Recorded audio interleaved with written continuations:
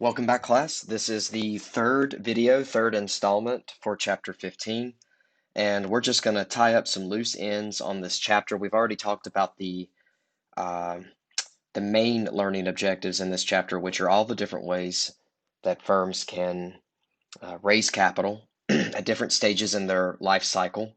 There's a few other opportunities available. They're not as common, but they are out there, and that's what we're going to start off with in this video. And then we're going to talk about the final phase of the business life cycle, which is closing the business or essentially handing that business off, selling it off to another company, liquidating or reorganizing. So that's what we've got left. I don't imagine this video will be too long. All right, so we just got finished, I believe, in the last video. We finished talking about um, the initial public offering, right? Issuing stock for the very first time and what that looks like, and what an auction looks like, and so on. And so there's a few other uh, opportunities for businesses to raise capital, and one of them is commercial paper. So, and bankers' acceptances. These are two other popular financing options typically used by more mature businesses. Okay, commercial paper is a discounted note that is sold by a company directly to investors with both the principal and interest to be repaid within 270 days. So essentially, um, commercial paper is very similar to treasury bills, except it's being issued by a company rather than the US Treasury. But in all other aspects, it's actually quite similar, especially when we discuss how to calculate, um, the price of a commercial paper, the maturity, the discount that's being issued, and so on. The math is actually very similar.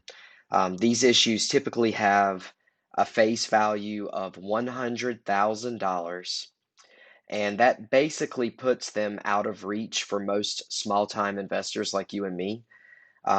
Generally speaking, it's normally institutions like investment firms or maybe a pension fund or other types of sophisticated investors that look at purchasing commercial paper, and they do so because they're trying to add this financial vehicle, this asset, to their portfolio for diversification purposes. Okay, so the reason that firms issue commercial paper over other forms of borrowing is because they get lower interest rates than through commercial banks. And since they mature within 270 days, they qualify for short form registration with the SEC, which, if you remember, we talked about all the requirements when we were looking at issuing bonds and stock. And there's actually a lot of uh, hoops that firms have to jump through in order to be able to issue those types of capital vehicles, right? Those things that can generate capital. But this form actually doesn't require a lot of red tape. All right. And so let's look at an example of what that might look like. So I'm going to do like I've been doing. I'm just going to jump over to Excel. Same example. I haven't changed anything. I just like being able to solve it over here in Excel. All right, so let's say that large scale industrial corporation, a large, well established company, is about to issue $6 million worth of commercial paper. The paper has a maturity of 9 months or 270 days and commands a price worth 97.5% of par value in the market. The paper will be sold with a face or par value of $100,000. So the first question is, how many commercial papers will be sold? Because remember, each commercial paper or note is 100,000, but the company is trying to generate 6 million, right? They need 6 million in capital. All right, so that's the first question. And then the second question is, well, what is the cost of borrowing to the firm? Okay, not too bad, right? So let's think about this. So let's go through our data table. So we know that N, right? N is 270 days. Okay, not too bad so far. Uh, we also know that the price that is being charged on this paper in percentage terms is 97.5%, right? And we need to be able to document that in our data table in order to use that information. We also know that each note, each commercial paper individually has a face value of $100,000. And remember, just like we talked about with bonds, the idea is that as an investor, like if I'm an investor, right? Let's just try to create a timeline here. Then at time zero, right? At time zero, which is today, I'm going to pay some amount of money. But then on the 270th day, I'm going to receive $100,000 for waiting. And the question is, okay, well, how much do I pay today, right? How much do I buy that commercial paper or that note today so that at the end of that 270 days, I'm going to receive interest in the sense that they're going to pay me more for what I bought at a later date. Okay, so let's keep moving. All right, so um, number of papers that need to be sold. Well, we're not 100% sure about that, are we? Because we need to generate $6 million today, right? In order to be able to, how do we say this? In order to be able to uh, reach that capital that we need today. So we need 6 million worth today, but we can't divide that 6 million by the 100,000. If we did, that would be in dollars that are 9 months away, right? So let me just move some of this data like identification down. I think the first thing that we need to do is determine what the price of these commercial papers are in today's dollars, okay, which is where this rate comes from. So it commands a price worth 97.5% of par value. So what we're going to do is we're going to take par value and we're going to multiply it by that discount rate. All right, so that means that someone who buys a commercial paper today, right here, okay, is going to pay $97,500. And then that's for each individual commercial paper, okay? And then they're going to hold that paper for 270 days or 9 months, right? And after 9 months is up, the corporation, Large Scale Industrial Corp, will buy back that commercial paper at a higher price, at that $100,000. Okay, so the interest earned is the difference between the two. All right, so let's look at how many papers we would need to sell then. So we need, let's move this down again. I did not give myself enough space, did I? So we know that the capital needed, right, is it's given to us in the problem is $6 million. Okay, 2, 3, 4, 5, 6. And let's just make that, okay, so we know it's right. So we need $6 million. And so if we need $6 million and we're selling commercial paper at $97,500 a paper, then the number of papers that we would need to sell is about 61. But do keep in mind that we cannot sell half of a commercial paper. All right, so I hope that makes sense. We cannot sell half of a commercial paper. All right, so what we must do is we must actually round, if that makes sense. Okay, $6 million worth of. Oh, you know what? I read this problem wrong. So they're issuing $6 million worth of commercial paper. It's not saying that It does not say they need $6 million worth of capital today. I misread. I do apologize. I was wondering why that number was coming off so oddly. Okay, so that is not the capital needed. That's the commercial paper being issued. Commercial paper being issued. So what that means is that we already know um, the face value of the commercial paper is 6 million, which makes this problem much easier. I do apologize. I misread the problem. The problem says they're about to issue 6 million worth of commercial paper with a face value of 100,000. That means that we already know that the end result, right, is going to be 6 million, not what's being issued today, not in today's dollars. So this becomes much simpler. I'm just going to take this amount here and I'm going to divide it by 100,000 per commercial paper, and I get an even number of 60. I do apologize for that. I just misread the problem. All right, so let's keep moving. So we know for a fact that they sold today 60 commercial papers. Okay, and the rest of this math is still accurate. I just misread that one portion of the problem. Okay, so what are the proceeds from the issue? Well, this is where we still get to use the math that we've done so far. So now that we know that we sold 60, all we have to do is take that 60 and multiply it by how much we sold those papers for today, which is the 97,500, because they're still going off at a discount. All right. So we actually, even though we issued $6 million worth of commercial paper today, we're only netting 5.85 million. And that's because we're issuing them at a discount of 97.5%. Okay. And then what happens, right? What happens is that down the road, let me just move this down the road, what's going to happen is we're going to pay every one of those commercial paper holders. We're going to pay them back at the full 100,000, right? And so if you bring this information right here down, right? So what we have to pay back in 270 days is the 6 million.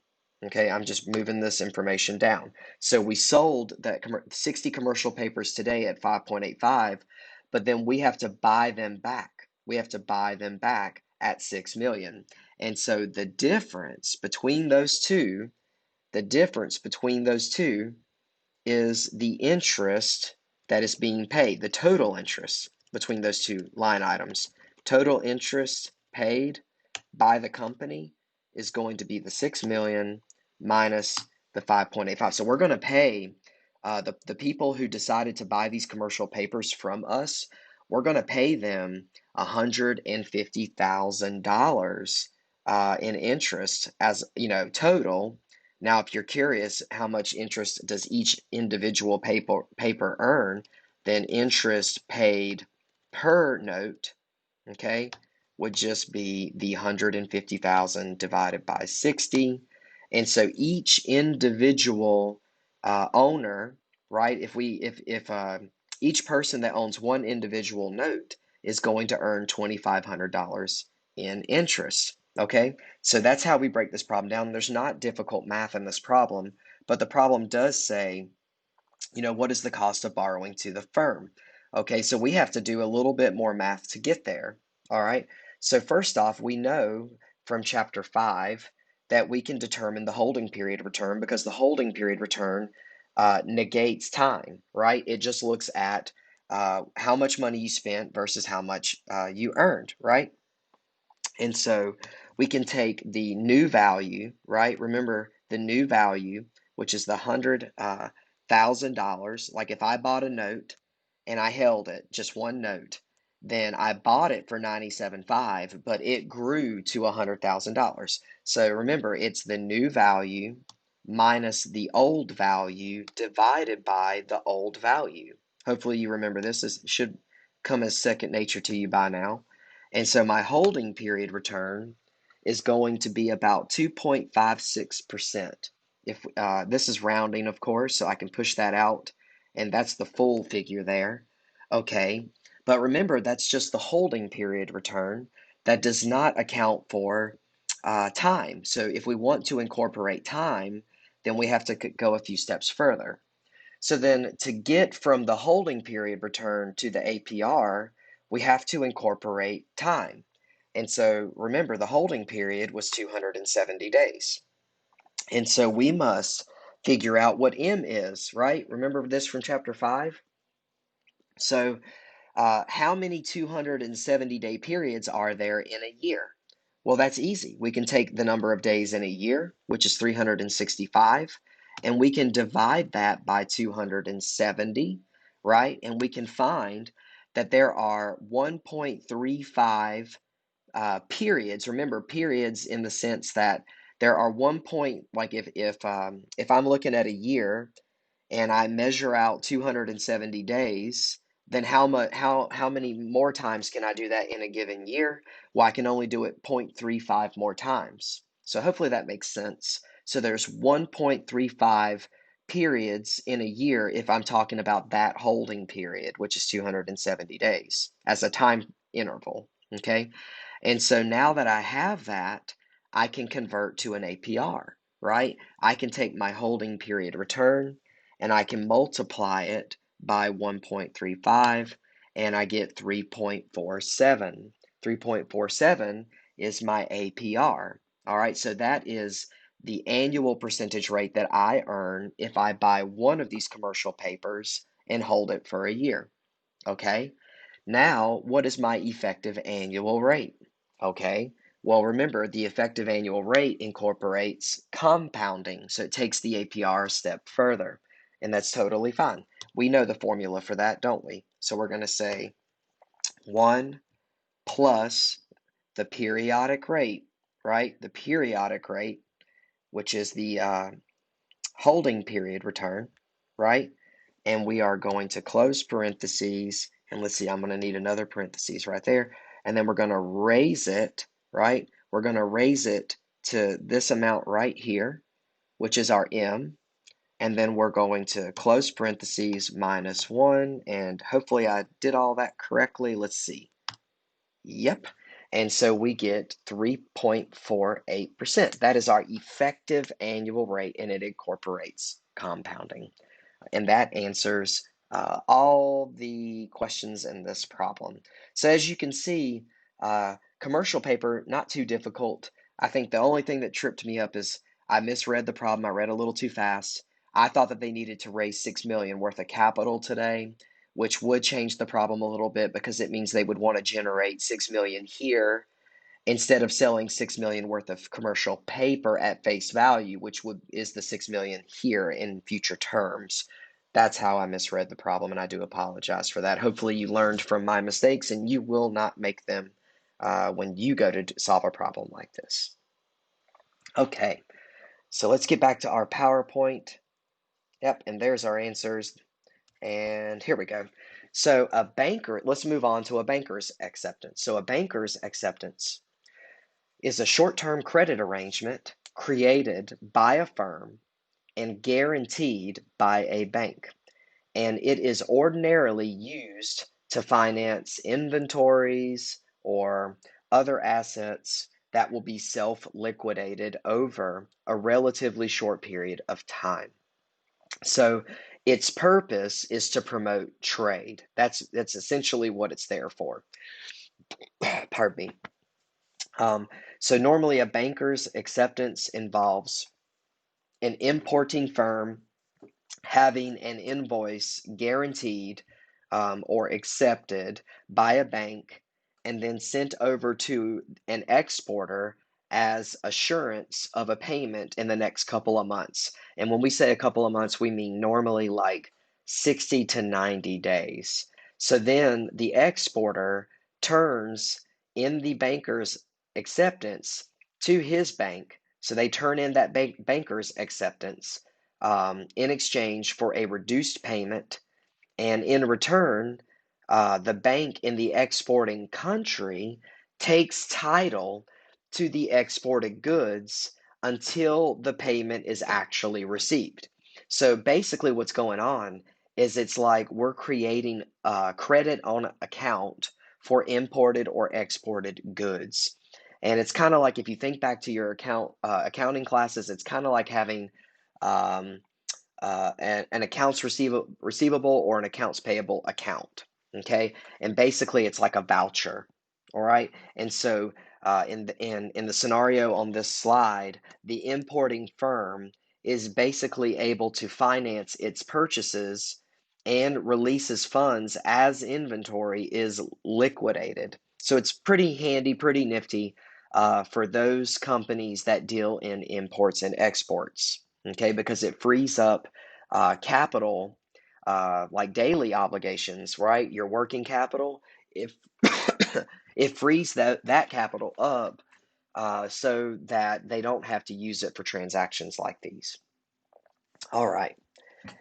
So now let's transition our lecture to the final learning objective, which is the final phase or closing the business. Now, sometimes successful firms decide to just cease operations. In that case, they typically sell off their assets, they pay off all outstanding debts and expenses, and then they distribute the residual value, which is just a fancy finance term for what remains, to their shareholders or their stockholders. Okay, and then they're done. Now, when there are unsuccessful firms, they may also decide to cease operations, but in a situation where they are unsuccessful, they may declare bankruptcy.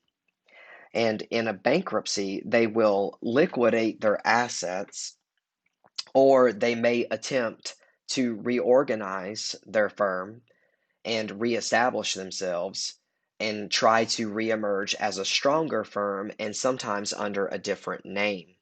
Okay, so these are options for unsuccessful firms. And in this chapter, we kind of look at those options with a little more detail. Okay, so a straight liquidation, or Chapter 7 of the Federal Bankruptcy Reform Act of 1978, deals with the process that has to be followed when a firm decides to close its business and liquidate its assets. Once a firm files for Chapter 7, the bankruptcy court judge will appoint a trustee to oversee the process of liquidation, and the order of which is as follows. Okay, I think there's another slide. Yes.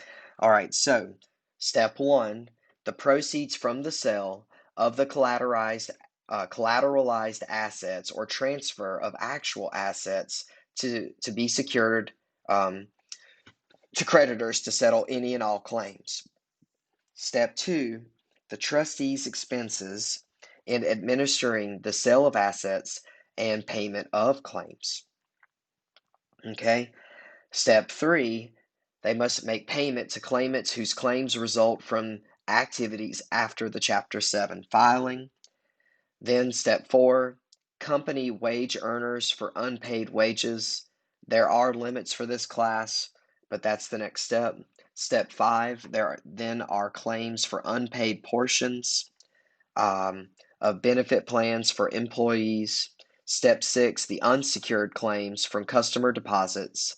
Step seven, the federal, state, and local unpaid taxes. Step eight, unfunded pension plans. Step nine, general unsecured creditors like unsecured bank loans, bondholders, and so forth. Step 10, preferred stockholders up to the par value of their stock. And then lastly, step 11, common stockholders will receive all remaining funds. Note that common stockholders are the very last folks on this list that will get something when a liquidation occurs. So what does that mean? What that means, oh, I'm sorry. I was reading my notes and I did not proceed the slide. So basically, what a straight liquidation does is it entails, it dictates, as a company is liquidated, the order in which all people who should receive money from that company, it dictates the order in which that money will be dispersed. Okay, so these steps, and the courts issue someone to oversee that the company is doing this in the right order. These steps dictate this is the order that you will liquidate your assets and pay off everyone that you owe money to in this exact order.